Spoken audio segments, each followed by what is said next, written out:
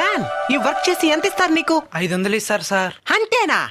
వేరే చీప్. అది ఈ పనికి బయట దేశంలో అయితే 5,000 ఇచ్చుంటారు. 5,000? ఏర్పాట్లు చేస్తాను. వెళ్తావా బయట దేశం? వెళ్తాను సార్. అక్కడ ఏం పని చేయాలి? ఏసీ ఇంట్లో చల్లగా కూర్చొని ఉండాలా. పెద్ద పెద్ద డబ్బులుండే వాళ్ళు పార్టీ చేసుకుంటారు కదా, వాళ్ళకి అన్నం వడ్డించేది, వాళ్ళ పిల్లకాయని చూసుకునేది అంతా ఏసీ ఇంట్లోనే. అయితే నేను కలర్ వచ్చేస్తాను. వచ్చేస్తావు ఎడారి కదా. అదే అదే నువ్వు అక్కడే పోతావా, ఊర్లో ఏమన్నా తీసుకొని పోతావా? ఊరు లేదు వద్దు, మనకంటే ఎక్కువ సంపర్చి మనకే శాతపూర్ చేస్తారు. ఇది కాకుండా ఇంకా ఏ పనులు చేస్తావా? పశువులు మేపుతాను. ఓకే, ఒంటిల దగ్గర వేసేయచ్చు. చందా, అదే అదే నువ్వు ఏర్పాట్లు ఇడిపో. సరే తెల్లకొచ్చే పోతాను. అయ్యా రే బకరా దొరికినట్టు పంపిస్తానా? మంచి ఎడారి చూడండి. అలా మోసం చేయడం తప్పు కదా సార్. ఏది తప్పు? ముందు ఎక్కువ డబ్బులు ఆశపడి తప్పు చేసిన వాళ్ళు ఏం ఇండియాలో పని చేసుకుంటే వద్దనిందా? మంచి ఎడారి చూడు.